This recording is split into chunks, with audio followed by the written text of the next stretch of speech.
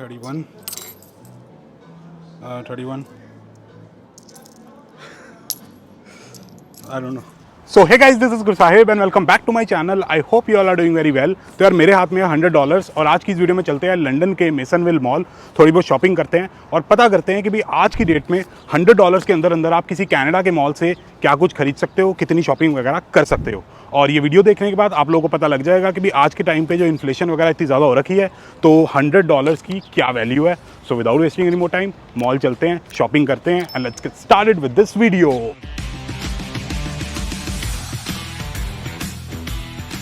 हाँ जी, तो यार मैं पहुंच गया हूँ लंदन के मेसनविल मॉल। तो मेरे पीछे जो आप मॉल देख सकते हो ये पड़ता है लंदन के नॉर्थ में और यहाँ पे हर प्रकार के ब्रांड्स वगैरह अवेलेबल हैं। तो इसके अंदर चलते हैं और देखते हैं कि क्या हिसाब किताब है। तो यार मॉल के अंदर जाने से पहले मैं आप लोगों को एक चीज़ बताना चाहता हूँ कि अगर आप ओंटारियो में मिनिमम वेज पे काम करते हो तो आप $15 पर आवर अर्न करोगे।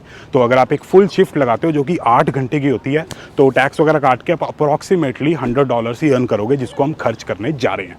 तो मॉल के अंदर चलते हैं एंड शॉपिंग करते हैं।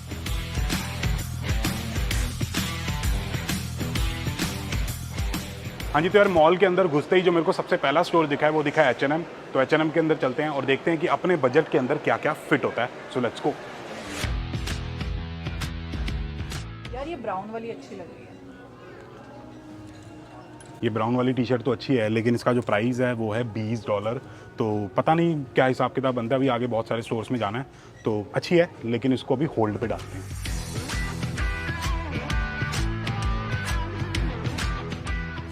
ये मेरे को शर्ट बढ़िया लग रही है लेकिन इसके साइज़ का मेरे को हिसाब किताब पता नहीं लग रहा। तो ट्राई करके देखते हैं लार्ज और मीडियम को और देखते हैं क्या फ़ाइनल होगा।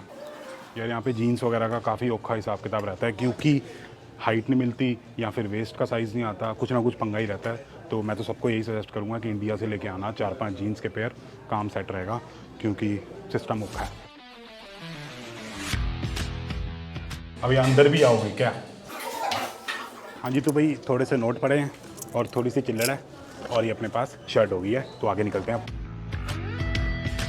अब H&M के सामने ही है ज़ारा, तो ज़ारा के अंदर चलते हैं। मेरे को उम्मीद कम है कि कुछ सस्ता सौदा मिलेगा लेकिन फिर भी ट्राई करते हैं, क्या पता मिल जाए क्लियरेंस पे। भाई साहब यहाँ पे तो सौदा ही बड़ा महंगा है। अब $50 की निक्कर है, $60 की शर्ट है, बहुत महंगाई है ज़ारा के अंदर। तो यहाँ पे तो उम्मीद कम है, $100 का अगर खर्चे यहाँ पे तो 2 चीज़ों में उड़ जाएंगे। तो एक काम करते हैं, इसका क्लियरेंस सेक्शन चेक करते हैं, वहाँ पे कुछ मिला तो ठीक है वरना आगे बढ़ेंगे। भाई साहब $50 की शर्ट है। ये टी शर्ट मेरे को बढ़िया लग रही है। इसका जो प्राइस है वो है $20, उसके ऊपर टैक्स भी लगेगा 13%। तो बढ़िया है लेकिन इसको फाइनल नहीं कर रहे, अभी ले नहीं रहे क्योंकि पता नहीं आगे क्या हिसाब किताब बनेगा। तो इसको भी रखते हैं, अगर कुछ ना मिला तो ये ले लेंगे। ये टी शर्ट का प्राइस है $39। शर्ट नहीं है, टी शर्ट।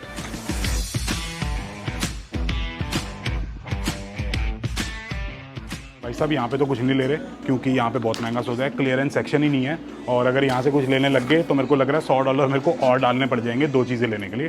तो आगे निकलते हैं कहीं और।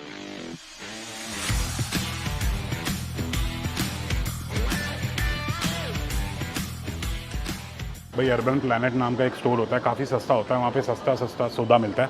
तो यहाँ से सीधा अगर जाएं तो टक्कर पे अर्बन प्लैनेट है, तो वहाँ चलते हैं। ऑब्वियसली यहाँ नहीं जाएंगे।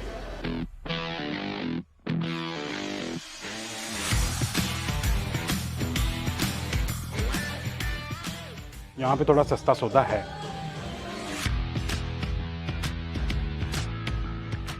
तो यहाँ पे सस्ता सौदा है, ऊपर से 50% डिस्काउंट भी है। ये 2 साइज़ लिए हैं, एक है मीडियम एक है लार्ज। तो ये भी ट्राई करना पड़ेगा, ट्राई के बिना मैं कुछ नहीं लेता। अब यार यहाँ पे सामान तो बहुत सस्ता है लेकिन ऐसे कपड़े पड़े हुए हैं, अब इनका मैं क्या करूँ? ये डाल के मैं कहाँ जाऊँगा, आप बताओ। भाई ये निक्कर फाइनल करी है तो इसका एक बार चेकआउट कराते हैं और पेमेंट करते हैं, मतलब। और पेमेंट के लिए लाइन बहुत ही लंबी हो रखी है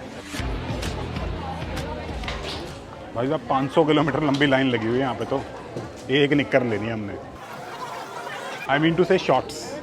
मैंने ये पे करना था, मेरे को ये भी पकड़ा दिया गया है। तो ये लेकिन मैं वो $100 में काउंट नहीं करूँगा। और ये देख के आपको पता लग रहा होगा कि लड़कियों का है ये। आई एम गोइंग टू पे फॉर देम सेपरेटली। तो ये ले लिया यार हमने अपना सस्ता सौदा 50% डिस्काउंट पे। तो अब आगे चलते हैं कुछ खाने, क्योंकि बहुत ज़्यादा भूख लग रही है। So let's go. ये खाने पीने का हिसाब कहाँ पे है? इन मैडम से पूछ रहा हूँ, क्योंकि ये सबसे ज़्यादा मॉल आती है शॉपिंग करने के लिए। भाई साहब इतनी भीड़ हो रखी थी ना, 15 मिनट लग गए सारा सौदा लेते लेते। तो अब थोड़ा खाते हैं और उसके बाद शॉपिंग करते हैं। तो यार अपनी पेट पूजा हो गई है, बढ़िया बर्गर वगैरह खा लिया है। और हमने KFC से खाया था, और मैं KFC से खाने का आप लोगों को एक बात बताना चाहता हूँ कि रिसीट के ऊपर ना एक वेब एड्रेस लिखा होता है। उस एड्रेस के ऊपर जाओ, आपको एक सर्वे करना होगा। सर्वे करने के बाद आपको यहाँ तो स्मॉल पॉपकॉर्न चिकन मिल जाएगा फ्री में, या फिर आप 2 चोको चिप कुकी ले सकते हो। तो आपकी मर्ज़ी है कि आपको पॉपकॉर्न चिकन चाहिए या फिर कुकी चाहिए। तो हम कॉलेज टाइम पे बहुत खाते थे। और अब शॉपिंग कंटिन्यू करते हैं, चलते हैं ब्लू नोट्स नाम की एक दुकान पे। ये कनेडियन ब्रांड, बहुत ही महंगी, लेकिन देखते हैं क्या प्राइसेस हैं। भाई साहब इस स्टोर के अंदर प्राइसेस देख के तो हालत ख़राब होगी, तो कहीं और ही चलते हैं। यहाँ तो जाना ही नहीं था, हमारा चैलेंज चल रहा है $100 वाला, बहुत महंगा सौदा है। तो यार ब्लू नोट्स नाम की दुकान पे चलते हैं। आपने इंडिया में तो सुना नहीं होगा, यहाँ पे एक ब्रांड होता है। तो अंदर चलते हैं और देखते हैं जीन्स वगैरह कितने की मिलती है।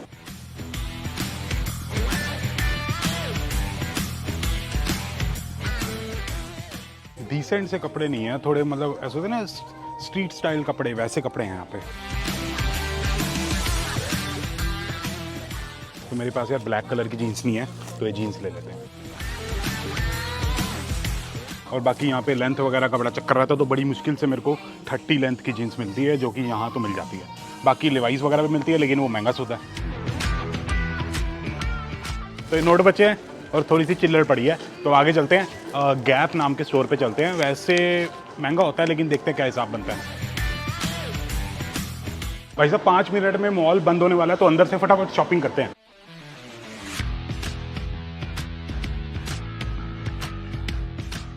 हर स्टोर के अंदर ऐसा एक क्लियरेंस सेक्शन होता है, तो वहाँ पे काफ़ी सस्ता सौदा मिल जाता है। जो गैप के फैक्ट्री आउटलेट होते हैं ना, वहाँ पे और ज़्यादा सस्ता होता है। मतलब 5-5, $6-6 की आपको टी-शर्ट्स वगैरह मिल जाएंगी। इन दोनों में से कौन सी अच्छी है? ब्लू में डार्क वाली, ये दो बढ़िया लग रही है मेरे को। पता नहीं आप लोगों को अच्छी लग रही है कि नहीं, मेरे को बढ़िया लग रही है। तो गैप से यही लेते हैं।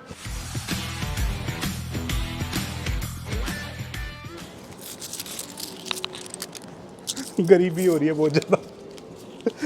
That's 25, 26, 27, 28, 29, 30, 31, 31. I don't know. That's 31, I think. That's 31, 75, 85, 95, 100, 32. Let's pay on Visa. भाई $1 शॉर्ट रह गया। $1.83 on your Visa. Yeah.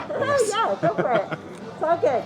तो भाई गैप से हमने 2 टी-शर्ट ले ली हैं, लेकिन गरीबी हो गई थी, तो $1.83 मेरे को अपने कार्ड पे लगाने पड़े, क्योंकि पता ही आपको $100 खर्च हो गए थे। तो अपना जो टोटल खर्चा हुआ है वो हो चुका है $101.83। चैलेंज वगैरह नहीं था, मैं बस बताना चाहता था कि भाई $100 में क्या क्या आता है। चैलेंज था।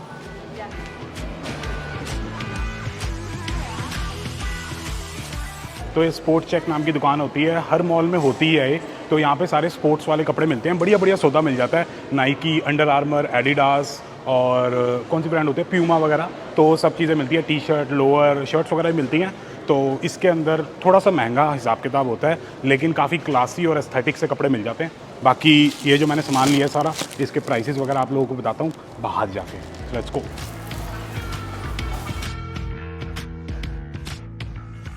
अभी यार यहाँ पे बाहर खड़े होकर अगर आप लोगों को कपड़े दिखाऊंगा तो थोड़ा अजीब लगेगा, लोग घूर घूर के देखेंगे। तो ये सारे कपड़े घर जाके आप लोगों को दिखाते हैं, सारा हिसाब किताब बताते हैं। So let's go. और बार बार लेट्स गो बोलने की मेरी आदत हो गई है इन मैडम को देख के। हाँ जी, तो यार फाइनली हमारी शॉपिंग वगैरह हो गई है, काफ़ी थक गए मॉल घूमते घूमते। अब मैं आप लोगों को सारी चीज़ों के प्राइसेस वगैरह बताता हूँ। तो सबसे पहले बात करते हैं इस शर्ट के बारे में, जो कि मैंने H&M से खरीदी थी। तो इसका जो प्राइस है वो है $28.40, ठीक है, और इस पर कोई भी डिस्काउंट नहीं था। उसके बाद बात करते हैं इस जीन्स के बारे में, जो कि मैंने एक ब्लू नोट्स नाम के स्टोर से खरीदी। तो इसका जो प्राइस है वो है क्या है, वो है $22.60। तो इसका जो एक्चुअल प्राइस था वो था $40, लेकिन इसके ऊपर 50% डिस्काउंट लगा हुआ था, तो इसका प्राइस बना $20 और उसके ऊपर टैक्स वगैरह लगा दे तो अपना सारा सौदा बना $22.60। ठीक है, उसके बाद बात करते हैं ग्रे कलर की शॉर्ट्स के बारे में। तो ये मैंने खरीदी एक अर्बन प्लैनेट नाम के स्टोर से। यहाँ पे काफ़ी सारी चीज़ें सस्ती थी, ठीक है, लेकिन क्वालिटी भी नॉर्मल थी। तो इन शॉर्ट्स का जो प्राइस है वो है $16.94, जो कि काफ़ी ज़्यादा महंगा नहीं है। और लास्ट बारी आती है अपनी ये दो टी शर्ट्स की, एक ब्लू और एक येलो कलर की। ये थोड़ा परमीश वर्मा स्टाइल का कलर है, तो इनका मिला के जो प्राइस है वो है $33.83 और इनके ऊपर भी 40% डिस्काउंट था। ठीक है, तो अपना जो टोटल खर्चा हो गया वो हो गया $101.77। और इस वीडियो के थ्रू मैं आप लोगों को 3 चीज़ें बताना चाहता हूँ। सबसे पहली चीज़ तो मैं आप लोगों को ये बताना चाहता हूँ कि ये जो मैंने शॉपिंग की है ये एक रेगुलर मॉल से की है, जो कि लंदन के अंदर मेसनविल मॉल है। और अगर आप थोड़ी सी सस्ती शॉपिंग करना चाहते हो, थोड़े सस्ते कपड़े खरीदना चाहते हो, तो आप क्या कर सकते हो, एक आउटलेट मॉल से अपनी शॉपिंग वगैरह कर सकते हो। एक नायग्रा फॉल्स के पास है, एक टोरंटो में है और एक वॉन नाम का शहर है उसके पास भी एक वॉन मिल्स नाम का आउटलेट मॉल है। तो वहाँ पे थोड़ा सा सस्ता सौदा मिलता है। क्यों? क्योंकि वहाँ पे फैक्ट्री स्टोर्स होते हैं सारी की सारी ब्रांड्स के। ठीक है, और तीसरी चीज़ मैं आप सब लोगों के साथ ये शेयर करना चाहता हूँ कि यार जब हम कनाडा आने वाले होते हैं या फिर नए नए कनाडा आते हैं तो हम इंस्टाग्राम यूट्यूब वगैरह देखते हैं या फिर हम पंजाबी सिंगर्स को ही देखते हैं कि भाई सारे महंगी महंगी शर्ट, महंगी जैकेट, नॉर्थ फेस की पता नहीं कौन कौन सी ब्रांड की जैकेट वगैरह डाल के घूम रहे हैं, महंगे शूज़, महंगी जीन्स। तो ऐसा सिस्टम होता है। तो हमें लगता है कि यार कनाडा में ना ये सारी चीज़ें खरीदना या फिर अफोर्ड करना बड़ा ही आसान है। कनाडा में तो जादू की छड़ी चल जाती है और हम ये सारी चीज़ें खरीद लेते हैं। ऐसा कुछ नहीं होता यार। अभी आप ये वीडियो में ही देख सकते हो, मैंने $100 का सामान खरीदा है। $100 बेसिकली आपके एक दिन की कमाई होती है अगर आप मिनिमम वेज पे काम करो। ठीक है, तो $100 में ये सारी चीज़ें आती हैं और अभी ये मैंने डिस्काउंट वगैरह पे ली हैं। ऊपर से ये बेसिक ब्रांड्स हैं H&M, blue notes, urban planet, जो कि सिंगर वगैरह नहीं डालते। तो सिंगर वगैरह तो डालते हैं गैस, MK, अरमानी, पता नहीं कौन कौन सी ब्रांड्स वगैरह डालते हैं।